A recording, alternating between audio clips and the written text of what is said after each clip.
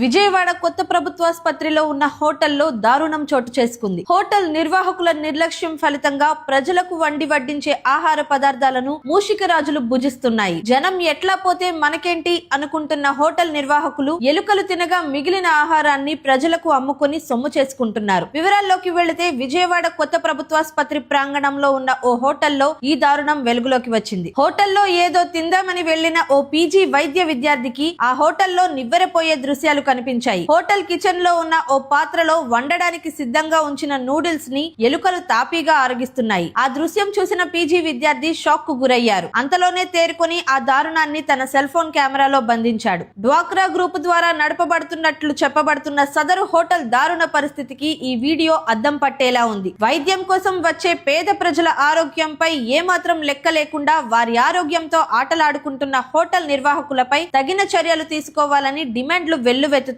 ఆ హోటల్ నిర్వాహకులకు ఎలుకలపై నిజంగా అంత ప్రేమ ఉంటే వాళ్ళ ఇంటికి తీసుకెళ్లి ఆహారం పెట్టాలని నెటిజన్లు దుమ్మెత్తిపోస్తున్నారు.